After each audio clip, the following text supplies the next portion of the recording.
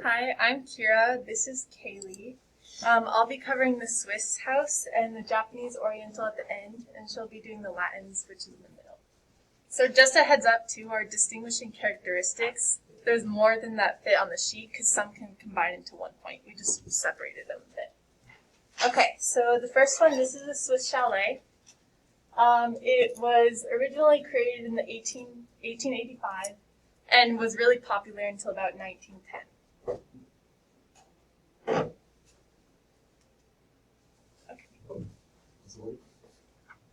Some distinguishing characteristics about this is that it's more of a square house and it has 2.5 stories. So here you can see that's one story, there's two, and then like 0.5 is usually the attic. It is made entirely of wood normally in the traditional ones that are located more in the mountains. And then there's some that are a combination of brick, stone, and stucco with like the wood ornate carvings at the top. Some more distinguishing characteristics that you can tell is it has a front gabled roof, which means that it's this triangle part that's facing the street. And it has wide eaves, which means it overhangs the house a bit, so right there it goes over the side.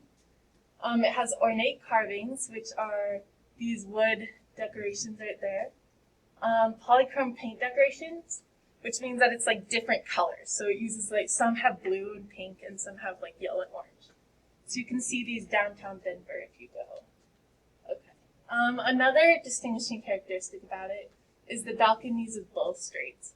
So the balcony, we all know what a balcony is. And then balustrades are right there. So they're these little posts that the railings go on. So that they're what's in between. Okay. This is just an inside portion that's popular in pretty much every one of these houses. It has a wide living room and has a fireplace in the very center. And there's a lot of different layouts, but the fireplace in the center is pretty normal.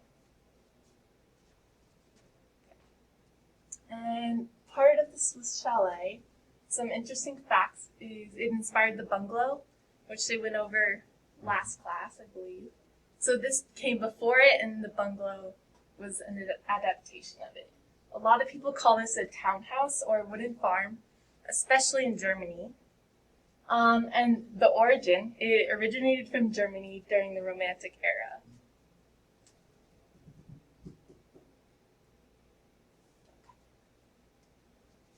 Alright, so location. It was popular during the 19th century, which we already went over. So in American residential areas, it's mainly located in Cincinnati and New Jersey and places on the seaside.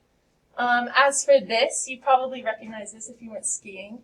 They're often used as like the cafes and stuff that are at mid-mountain.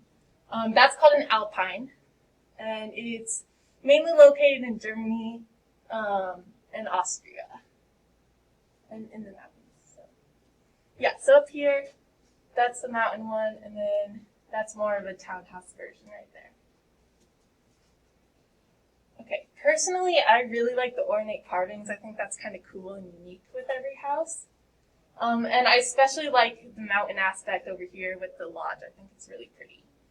I don't like having the giant fireplace in the middle of the living room because I think it's just awkward and makes the space more closed. And also, we're in the 21st century, so putting a TV there is just kind of even more awkward. Okay, and this is Kaylee and she'll go. Alright, this is the Swiss chalet, which was originated from the 19th century. Some distinguishing characteristics would be the stucco and wood, which people went over before, the courtyards and the ceramic tiles, like here and then there. And then some more is like the iron with the arches. I really like this one. Mm-hmm. And the roof tiles, like here and right there. Some historical facts and interesting info is that it's descended from the villas in Rome, and it is really popular as for rich people in movies. Most of these homes are very large. Some smaller versions have become popular, but it's mostly the large ones. And something I found really interesting was that Prince owned one, which was really cool. Like I said, it was popular in the 19th century, and it was popular in Spain. But in America, it's mostly found in California and along the West Coast. Some things I really like are how spacious it is, and the courtyards, because they can be very original with them. And then I don't really like how minimalist it is and like the boring colors. And then Italian villa. This was through the 14th century to the 19th century, way before the Spanish villas. Some distinguishing characteristics are it's asymmetrical. As you can see here, pretty asymmetrical. They have balconies more often than not, like here. And then they have stucco finished orc brick. There's a lot of combinations between the two. And then the gardens and courtyards, which can be very original with their works. There's many different variations of the house that come from Italy, and they can be very original with their designs. The houses are known as farmhouses, and they have a lot of bricks and lavish gardens. And then they came from Europe as well during the Roman Empire, or the Rome. These two can be found on the West Coast in California, and they came to America in the 19th century, but they were in Europe in the 14th century. I really like the gardens and courtyards and how original you can be with it, like the landscaping. And I don't really have any dislikes for it.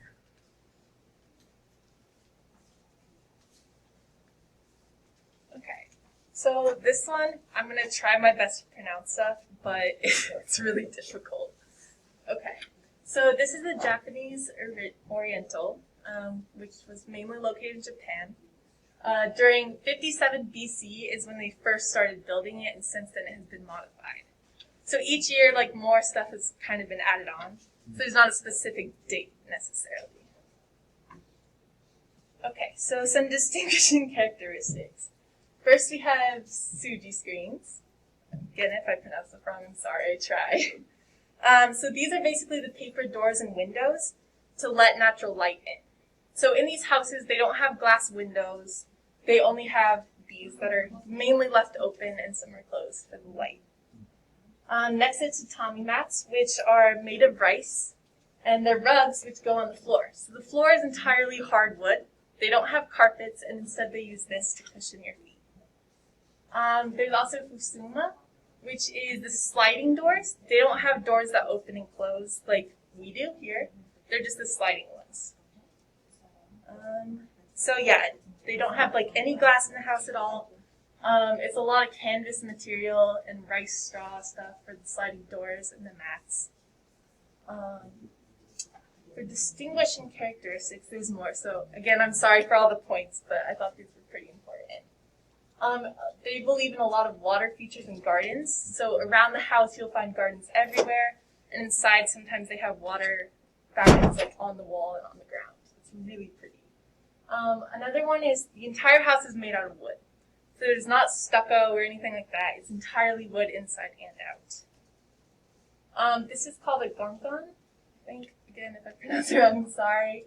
It's a sunken in space right when you walk in the doorway, and it's where your shoes go. So they want the house to be kept really clean, so all the dirt stays within this area and they just sweep it out the door. Another part is verandas, which is the outdoor corridor, which is like a tiny deck running all the way around the outside of the house. Okay. Some historical facts. I found this pretty cool, but the samurai came to Japan, and when they came here, they took over parts of Japan, and they created their own style of house. So that's where they adapted what Japanese houses already looked like. They combined it with Shinto and Buddhist beliefs. So if you've studied religion, you know that they're very into nature's aspects and like nature creatures, and they're really like fond of all this like nature and beauty. So wood, like we said, the entire house is made out of wood, and they don't paint it at all. They like to keep the natural aspect of it, and some carpenters don't even use nails. They use different ways of building to connect the wood together. Okay, another one is clear-minded. So they keep their houses very clean, and they like to keep the natural light in the homes, along with natural wooden aspects. The location, it first began to form around 57 BC, and it was originally found in Japan and parts of Asia, from where the samurai came and they spread that idea around. They are now scattered throughout the U.S. There isn't really a specific place. They're mainly in richer neighborhoods, to be honest, because they just like the different culture. So this one is kind of cool. It's located in New York. And then this is more of a modern adaptation. You can kind of tell those were kind of Suji screen, but they're made of glass, which isn't like the original. Personally, I really like the nature's aspect. I think the gardens and the water and just like the natural light is really pretty.